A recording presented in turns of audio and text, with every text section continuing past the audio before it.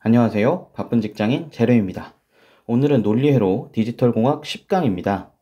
논리회로 10강에서는 인코더와 디코더 그리고 먹스라고 불리는 멀티플렉서와 디멀티플렉서 이렇게 네 가지가 무엇인지 이렇게 간단하게 개념만 짚고 넘어가도록 하겠습니다.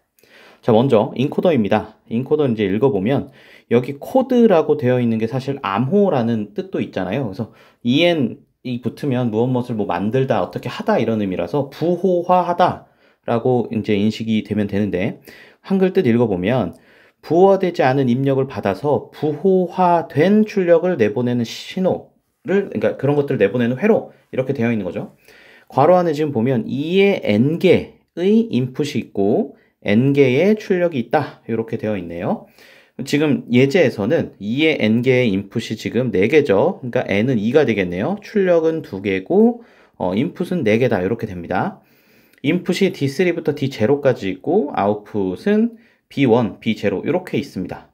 이제 특징을 보시면 아웃풋이 00일 때는 D3만 1이네요. 그리고 아웃풋이 01 이렇게 나올 때는 D2만 1이 되고 또 10일 때 D1만 1이 되는 거 볼 수 있고 출력이 11일 때는 D0만 1이 된다. 그러면 우리가 여태까지 배웠던 거 이용을 해서 하면 B1을 뽑아보면 이렇게 되겠죠. D1 플러스 D0 이런 식으로 나올 수 있고 B0는 D2 플러스 D0 이런 식으로 나올 수가 있습니다. 그래서 그거를 그냥 요거를 회로를 구성을 한 거고요. 플러스로 되어 있기 때문에 오어 게이트로 처리를 한 것 뿐입니다. 그리고 뭐 D3는 쓰이지 않기 때문에 D3는 뭐 그냥 이렇게 출력 이렇게 그냥 냅두면 되겠네요. 뭐 딱히 연결되는 게 없으니까요. 근데 이제 여기를 좀 보시면요. 요렇게 다이어그램을 그릴 때는 이 인코더라고 하는 애는 지금 요렇게 네모 박스로 요렇게 그립니다. 인풋이 4개고 출력이 2개인 거죠. 만약에 인풋이 8개라면 아웃풋이 이제 3개가 되는 그런 꼴로 그리면 됩니다. 그리고 이 동작과는 반대로 하는 이 디코더에 대해서 한번 알아보도록 하겠습니다. 디코더는 반대로 부호화가 되어 있는 입력을 받아서 부호가 되지 않은 출력을 내보내는 것입니다. 그러니까 거꾸로 인풋이 n개고 아웃풋이 2의 n승계겠죠. 인코더의 진리표를 입출력을 반대로 하면 됩니다. 지금 여기 위에서 다시 한번 볼게요. 우리가 지금 D하고 B로 나타냈는데 여기랑 여기랑 바꿔서 얘가 인풋이 되고 왼쪽에 있는 이것들이 아웃풋이 되면 밑에 있는 디코더가 완성이 되게 됩니다. 디코더는 제가 따로 뭐 회로를 그리거나 하지 않을 거니까 연습으로 한번 해보시고 뭐 구글링이나 인터넷 같은데 이미지를 찾아보시면 잘 나와 있을 거예요. 이 디코더 같은 경우는 특히 메모리 같은 데서 많이 씁니다. 메모리는 그 각각의 저장되는 비트마다 주소가 할당이 되어 있는데 그 주소를 우리가 보통 어드레스라고 많이 부르거든요. 그 어드레스를 할당할 때 디코더를 많이 씁니다. 그래서 그러한 디코더를 어드레스 디코더 이렇게 많이 불러요.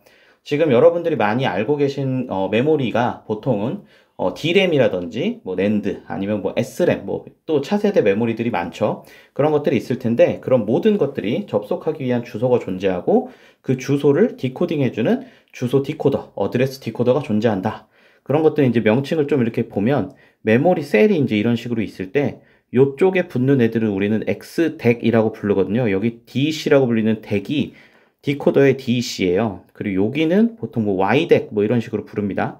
X를 이렇게 디코딩 한다 그래서 X덱, Y를 디코딩 한다 그래서 Y덱 이렇게 부르는 경우가 있습니다. 다음에 메모리를 SRAM이랑 뭐 D램 그 다음에 뭐 낸드까지 다 한번 종합적으로 회로 구성이 어떻게 되어 있는지 그리고 뭐 여러분들 뭐 핀팻이나 뭐 게이트 올어라운드 뭐 MBC 이런 것들 많이 들어봤을 텐데 그런 거나 아니면 D램에서 요새 사용하고 있는 최신 구조는 어떤지 그리고 또 공정은 어떻게 하는지까지 한번 다뤄볼 기회가 있을 것 같아요. 그럼 일단 넘어가 보도록 하겠습니다. 그 다음은 멀티플렉서입니다. 얘는 먹스라고 줄여서 많이 부르는데요. 정말 많이 쓰는 회로입니다. 보시면 2의 n개가 입력이 되고 n개의 선택선이 존재하고 1개의 출력이 있습니다.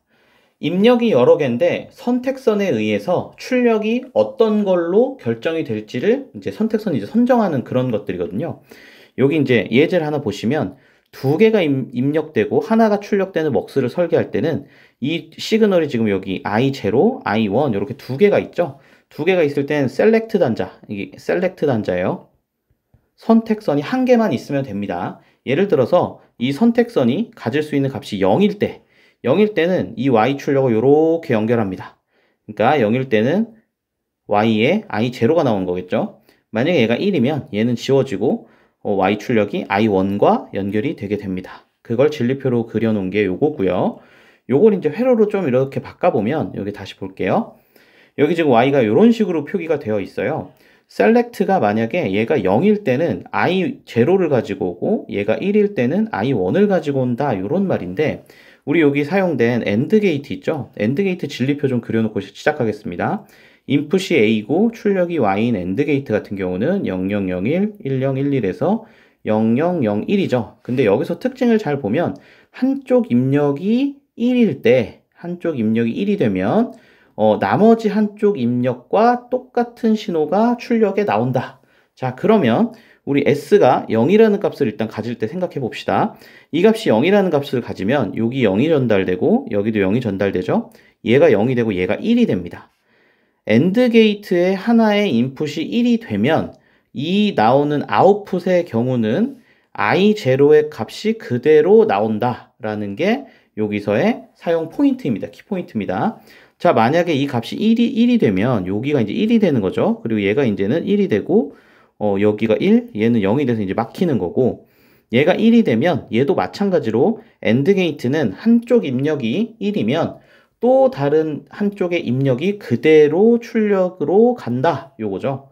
그리고 OR 게이트 같은 경우는 하나라도 1이면 바로 1이 나오는 거기 때문에 합으로 표현할 수 있고요.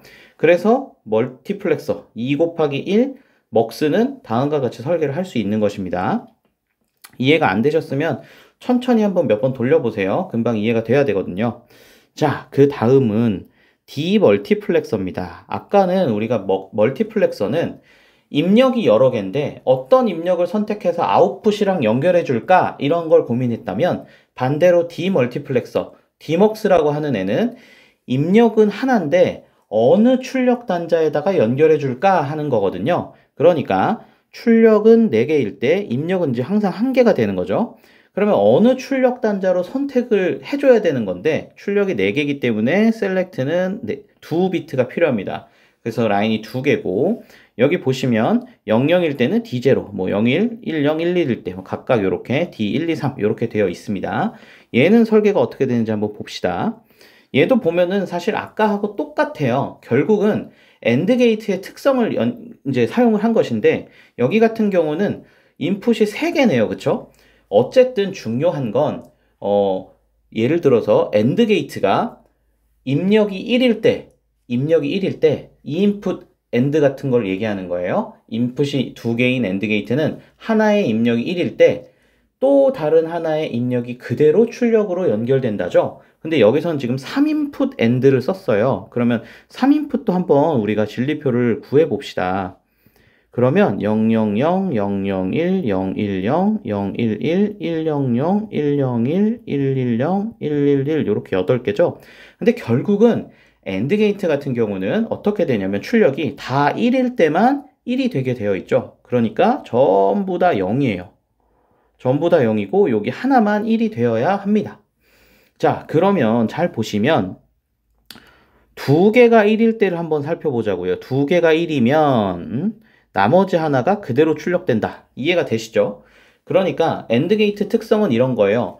예를 들어서 n개의 인풋이 있는 AND 게이트 같은 경우에는 n-1개가 1의 값을 가지면 나머지 1개의 그 값이 아웃풋으로 그대로 출력된다라는 특징을 이용한 겁니다. 그래서 요거 선을 하나씩 따라가 보면 얘가 만약에 00이다 그러면 이렇게 연결된 애들이 얘하고 이렇게 연결된 얘가 각각 1, 1이 되니까 D0는 I랑 이렇게 그대로 연결돼서 나오게 되는 것이고 만약에 얘가 00이 아니라 01이다 라고 하면 0인 선이 지금 이렇게 들어가니까 얘는 1로 입력이 된 거죠. 그리고 1인 선을 이렇게 따라가서 여기 1이 되니까 결국은 11일 때 I1이 I 인풋이 이제 D1 이렇게 연결이 되는 것이고 또 이제 10이라고 가정을 해볼게요. 10이면 1의 시그널이 이렇게 들어가고 0일 때는 이렇게 들어가서 이번에는 D2로 그 I라는 값이 바로 나오게 됩니다. 마찬가지로 11일 때도 마찬가지죠. 요렇게 두 개의 선이 일일이 되고 D3는 요렇게 연결되는 것과 똑같은 현상이 나타나게 됩니다. 이렇게 D 멀티플렉서까지 이제 개념만 알아봤는데요. 되게 짧은 시간에 빠르게 이러한 것들이 있습니다. 그리고 이런 거는 다음과 같이 구성합니다. 정도로만 알아봤어요. 근데 사실 인코더, 디코더, 그리고 먹스 이런 것들은 지금은 이제 논리 게이트 수준에서 뭐 엔드 게이트나 낫 게이트를 이용해서 다음과 같이 구현을 합니다라고 말을 하지만 실제 칩을 구현을 할 때, 그러니까 뭐 CMOS 회로나 직접 회로를 디자인을 할 때는 이렇게 구성을 하지 않습니다. 이것보다 조금 더 최적화된 구조가 있거든요.